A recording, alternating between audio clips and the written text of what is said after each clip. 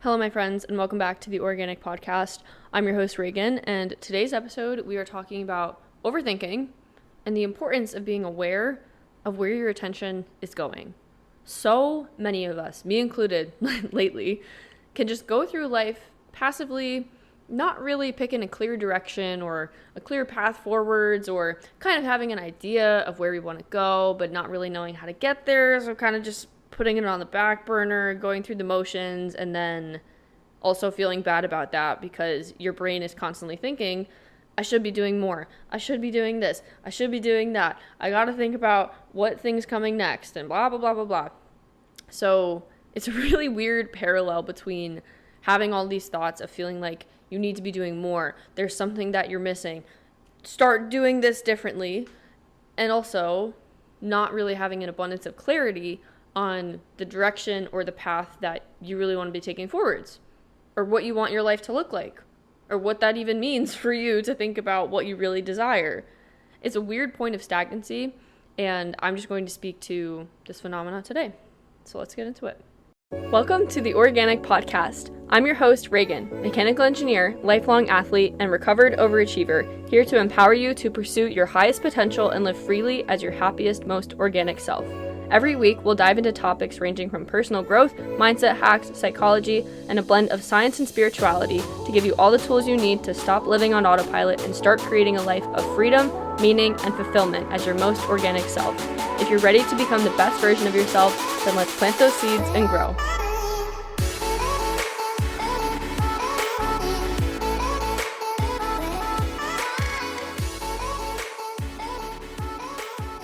The average experience for many people in the day-to-day life is usually always being plugged into some form of stimuli, whether it's your phone, social media, music, podcast. There's always something going on in the background. I think very few people know and appreciate the ability to sit in silence, or to just sit and do nothing, to take a walk without their phone, to leave their phone in another room for the entire day, whatever that may look like for you. And this isn't something to feel ashamed of. It's not something that I think poorly of others for. It's not something that I judge others for, because I have 100% and still do lived through the experience of always wanting to distract myself, always being focused on what comes next. What do I need to do next? Where do I need to be? Where do I need to go? What do I need to handle? And if I'm not focused on managing something, I think there's just always been something that has been drawing my attention elsewhere, where I've always been multitasking. Like, I'm working on a homework assignment, but there's a YouTube video in the background, or there's a movie, or I'm driving and I'm listening to music, which is standard, but you get the point I'm making. I have 100% lived the version of life where I was constantly on consumption mode and I was never really on listening mode. Listening to my own thoughts, my own intuition, or just allowing my thoughts to just run without any pressure for telling myself they should be different. The cause of a lot of suffering is believing that where you are right now is not where you are supposed to be. And this connects to the loop of overthinking, because when you feel like you are not where you are supposed to be, or you're not doing enough, or you should be doing something differently, your mind is just constantly filled with shoulds. I should be doing this. I should be doing that. I should be taking better care of myself. I should be waking up earlier. I should be focusing on more habits. Like, basically the overlying theme that's running in the background of your mind is like, I am never doing enough, and there is something that I should be doing differently and better for me to be achieving of this actual vision of my life that feels successful and free and matches the definition of, quote unquote, doing everything right, following my path, following the vision. And where I am right now is not doing that. And when that's the subconscious belief that's running rampant in the background servers of your mind, it can cause a lot of underlying stress. It can cause feelings of dissatisfaction. And it sure as hell is not going to help you feel more clarity with what you want to put your attention towards and what feels most important to you, because you are in this loop where it's like you are used to being distracted. It feels safer for you to not listen to your own thoughts, to not slow down, to always be doing something. And because it feels safer and familiar, your brain on a subconscious level is always going to pull you back to doing these things. It is always going to say, hey, why this is a little too quiet for me. What are we doing here? Like, why is there so much silence? Hello, let's get something going here. It's like a good example of this in another area of life is if you are someone who is always used to overpacking, per se. I wouldn't even call it overpacking because I'm an overpacker, but I just like being able to have something if I want it. But anyways, let's say you're always used to overpacking and you are going on a short trip and you pack your bag and you know what? It's pretty light. It's pretty light. Like you got space in there. You got room. There's extra room for you to put stuff should you want to, but you genuinely don't really need anything else. Like you really don't want stuff. If you're used to overpacking, if you're used to carrying more than what you've currently packed in your bag, guess what? You're going to find more shit to put in that bag. You're going to find random things that you most certainly know you're not going to use or don't need to bring, but you're still going to pack it anyways. Oh, I have room for like 3 books. Do I need to bring 3 books? Absolutely not. But you know what I'm going to be doing? I'm going to bring 3 books because I have the room for it and I'm used to having that much on my plate in my backpack. So why would I not put it there? Like I have all this extra space. So naturally I'm going to fill it because that's what I'm used to. Same concept goes if you are someone who tends to leave a little bit late for things or leave right on time per se. When you actually catch yourself being able to leave with an extra buffer of time, an extra 10 minutes, you're going to be 10 minutes early to something. Whoa, that's a lot of time.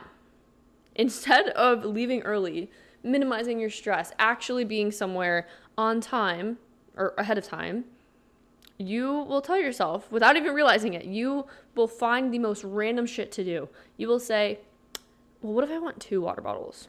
What if I want to take 2.5 water bottles? What if I want to fill my little straw cup as well? Oh, maybe I should change. Maybe I should do this.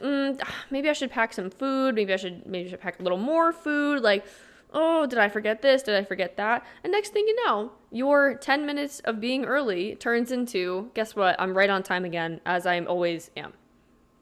Do we get the point that I'm making here? Where your brain subconsciously will always pull you back to what feels comfortable. And this can apply to feeling less stimulated because, as I said, when you start to feel extra gaps of silence, without even thinking about it, you will just reach for your phone, reach for music, put something on in the background, find a YouTube video, because that's what feels most comfortable. Now that we have this understanding, I think that we can all invite a little more compassion into the room for ourselves, because if you're like me and you wake up sometimes and you're like, fuck, I should have been up earlier. I should be doing more. If I were acting like the future version of myself right now who's living my dream life, like, would she be doing this? Would she be acting this way? Should I be doing more? Should I be doing less? Should I be thinking more? Should I be thinking less? It's like your brain immediately wakes up and goes into spiral mode where you're like, I should be doing XYZ thing differently. This is really stressful. It's really stressful and it drains a lot of your energy because number one source of stress, I might have already said this, but number one source of stress is thinking that where you are at right now, your current circumstances, who you are, what you believe, how your life looks, is not actually correct and not what it should be. That friction and the difference between these two things causes so much discomfort on a subconscious level that then contributes to you wanting to avoid these feelings of discomfort by, guess what, turning towards the things that are most familiar, that make you feel comfortable, such as distracting yourself. And then we get ourselves in this giant loop of feeling stagnant. Let me draw this out a little more clearly. You feel like there's a greater desire for your life. You feel like there's a bigger vision, something more out there for you than what you are currently living as. Or you feel like you could be just, I don't know, a more improved, happier, better, more ambitious, driven, action-taking version of yourself. Okay, you have this feeling where it's like, okay, I want to be better, I think I can be better, and you can still absolutely love where your life is right now and still want to be better. So let me add that disclaimer, but you think, okay, I want to be better, I want to improve, I want to have a clear goal and direction towards a future and a clear place to direct my energy so that it's most focused on making progress towards the future and continuing to show up as the person that I want to be and someone who I am proud of, who's living a life that I really truly enjoy. Okay? That's the goal. Great. Next step, the way you're currently living, your habits, your beliefs, your day-to-day actions. These things might feel a little out of alignment, or you're just not super clear of why you're doing certain things every day, or like what you're even doing every day. It feels like you were kind of just going through the motions, where you have this intention of, I want to have a clear direction for all of my habits, beliefs, goals, actions, but some part of my system is just not fully online because I'm not actually fully clear about what I want that to look like. That creates this idea of where I'm at is not where I'm supposed to be, but I don't exactly know where I want to be, but I don't really know how to figure that out, and I feel ashamed of myself for not knowing better or feeling like I should be doing differently. Therefore, I am going to avoid this feeling of discomfort and shame by turning towards the things that I know are most comfortable that, guess what, also keep you distracted, such as always having something on in the background, always listening to a podcast, never sitting in silence, and then that creates a feeling of stagnancy, a feeling stuck, because you can never actually hear your own intuition, your own wisdom. You can never actually just sit just in your own thoughts and find the clarity you're seeking.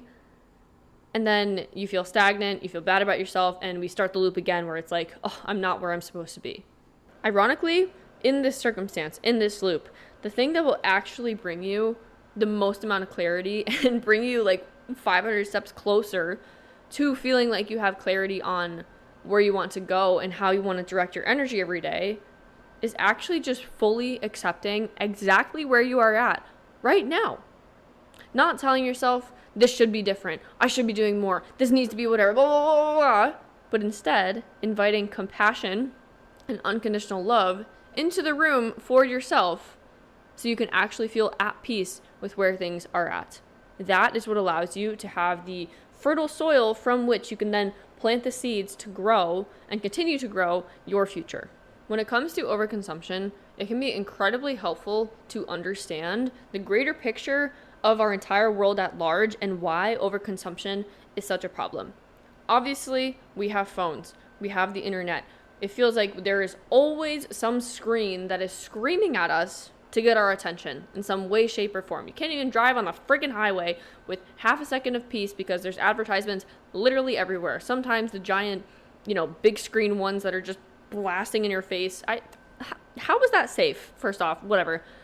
But we always have some form of advertisement being thrown at us, some form of distraction. And we live in an economy where attention is the number one thing that people who are trying to sell things want. And let me just say, this is not all a bad thing. It is not a bad thing that our entire world is centered towards getting people's attention, because it is good when good people who have a good goal, who want to help people, who make the world a better place, who have a positive influence, when those people have the attention of a lot of people, it is a good thing. It is a positive gain for the people who are listening to them and for the world. Where we have a problem, where we need to have discernment with where our attention goes, is that a lot of companies, a lot of corporations, a lot of even social media platforms, their goal to gain your attention is not really serving you. It's not actually serving you. They just want to sell you something. They want to make money. And not everything is always for a good reason. This is why it's incredibly important to be attentive of where your energy is going. And this includes the news, the stories that run rampant in your mind, like the beliefs that you have. Those come from somewhere. And a lot of the times, especially when it comes to media consumption and news, we will get these narratives in our head that have been planted there very subtly by bigger platforms, bigger corporations, bigger people who are influencing the stories that are told through news platforms, through social media, with a goal of eliciting a certain kind of response or a certain environment in which they find it easier to control people. And I'm not trying to sound conspiratorial here. This is quite literally just how our world works. It is neutral. If we think about it like that, like everything is neutral, we provide we assign the meaning to it. But when it comes to being protective over your attention, so that you can gain clarity on next steps and what actually brings you the greatest return on investment of your time, energy, attention, money, you need to have an awareness over where your attention is going in the first place. What are you actually focused on every day? What actions are you taking? What are your habits? What do you believe about yourself and the world? You have to do an inventory of pretty much all of the parts of your life that are shaping your day-to-day experience. And when it comes to finding clarity about what you want in the future, this can feel like a whole different ballgame as opposed to just inventorying yourself right now. Because figuring out what you really want is something that a lot of people probably haven't even really sat down and thought about, like really, really deeply, without some form of conditioning influencing it in their entire lives. And then we get into adulthood, or further into adulthood, and we might start down a personal development journey, or we see someone else living their dream life per se, and we say, oh, I want that. I want better for myself. I know that more is available for me. Like the possibilities are endless. Like I can have anything that I could dream of. Obviously from a heart-centered place here, as always on this podcast, everything is from a heart-centered place, which comes from God, TYVM. But when you have these thoughts of like, oh wow, maybe I can actually create change in my life. Like maybe, there aren't, like the limits that I put on myself are not actually real. Like, holy shit, I can make a change in my life. If other people are doing it, that means it's possible for me too. We get this inspiration from other people, from social media, from podcasts, from books, whatever it is. And we say, holy shit, I can change my life too. And when you combine this kind of inspiration with also the fact that many of us were not taught to follow our actual true, like fully 100% organically us, our desires. Like we were taught there's a correct way to go about life. There's a correct path when it comes to going to college, picking a good major, getting a good job, having a stable income. All of these things, again, not necessarily like a bad path or the wrong path, even though it's the most common. My point is that might not actually be what your soul craves, what your heart desires. But for so long, we've been conditioned to just shut down anything that we truly want that comes from uniquely us, because we think, oh, well, I just have to listen to what everyone else wants from me. I just have to listen to what I'm being told to do. And then that's our baseline conditioning, always kind of looking to other people or looking outside of us for the direction forwards. And then we have all this inspiration to change our lives, and we're like, oh, okay, well, what do I actually want? It's just crickets and white noise, because you've never actually sat down and thought about it, and you've never had the boldness to be able to say, like, you know what? I do want to experience this, or I want my life to look like this. I want to have these things. I want to do this. I want to have this job, blah, blah, blah, blah, blah. So give yourself some credit, man. Like, it is not easy to always figure out what your whole direction of life, what you want it to look like, when you're changing your self-concept and you're changing your limiting beliefs and you're reframing thoughts you've had your entire life and you're reprogramming your brain. Like, this is not an easy overnight process by any means whatsoever. So if there is one piece of advice that I could give you when it comes to finding clarity on your path forwards, what you really want, what your heart desires, and figuring out how to best center your energy towards these things, it would be to sit in silence, to unplug, to have way less stimulation throughout the day, and to actually just spend time with yourself, with your thoughts, without background noise, without background music, without listening to something else, without always thinking about what do I have to do next and never actually being in the present moment. Focus on where you are at right now. Come to terms with full acceptance of that. Sit with your own thoughts, sit with your own heart. Understand that you probably already know a lot of the things that you've convinced yourself you don't have clarity on, and you just haven't given yourself the opportunity to truly listen deeply inwards. And when you take these steps to unplug, to focus more on just listening to yourself, to spending time with yourself, and actually just focusing on the present moment, I promise you that clarity will come naturally. And another tip on clarity too, when it comes to especially like greater vision for your life or what to pursue next, the greatest arrow forwards, like the greatest direction forwards, is always going to be following what brings you joy, what genuinely brings you such incredible heart-centered joy. Not egotistical self-serving joy or things that aren't good for you. I'm talking about what is truly the thing that just lights you up the most. That is almost always going to be so deeply rooted in your purpose, in your future path. And when it comes to the things that you desire and actually accepting those, you do not desire things for no reason. If you desire to be wealthy, it is because you are meant to be wealthy. If you desire to have this big, beautiful life, guess what? You're meant to have a big, beautiful life. We do not have desires placed on our heart for random ass reasons. So I encourage you to take some time to just reflect on what actually brings you joy. What makes you happy? What makes you feel peace? And think about it not from this perspective of like all this pressure to have the right answer or say the socially acceptable thing or like, I don't know, just admit to yourself, maybe your path of what you desire doesn't look like what you've been told your whole life is what quote unquote success is. And that's okay. That's okay. It is a whole process to go through unraveling these beliefs and like these, just the fact that it takes so much effort to try to decondition speaks to just like how thoroughly ingrained so many of these stories are in the minds of so many of us in the collective, in society. Like I think everyone struggles with figuring out what they really want at one point or another. It's almost like it's the hardest part to actually figure out what you desire. But all I know for certain is that your biggest anchors in this process and what can help bring you back to baseline is just focusing on your peace, your happiness, and your joy.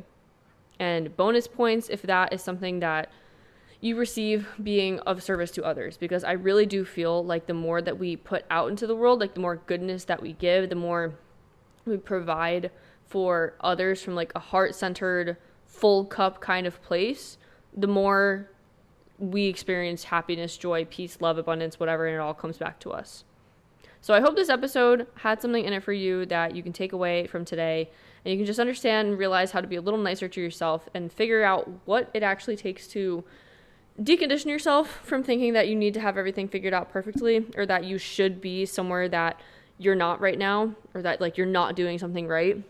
And I encourage you to just come into complete acceptance with your current circumstances, situation, beliefs, habits, patterns, and just analyze them. Like literally just inquire about them with yourself from a very neutral place, and then decide whether or not those are the kind of things that you want to keep in your life.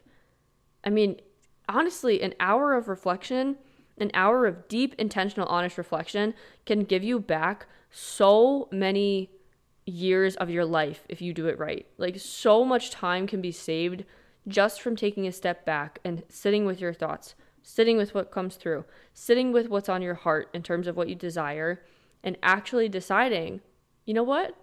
I'm done just waiting for this. I am no longer going to do that. Like I am going all in on what I desire and what I want. Seriously, an hour of reflection can give you back so much of your time and energy that you may have not been able to center towards a very clear goal had you not taken the time to reflect on what it actually is that you want. So when it feels like a tedious burden to think about sitting down with your thoughts and sitting in silence or journaling and reflecting on what brings you happiness, what your life currently looks like, what your thoughts are like, what your beliefs are like, and what you actually want them to look like I promise you doing that process will give you back so much that you would have lost otherwise just being passive and reacting to life rather than being proactive. Thank you for being here and spending time with me today. I hope that you are having an absolutely incredible, immaculate, beautiful day, week, month, year, life. And with that said, go be your most organic selves, and I will see you in the next one.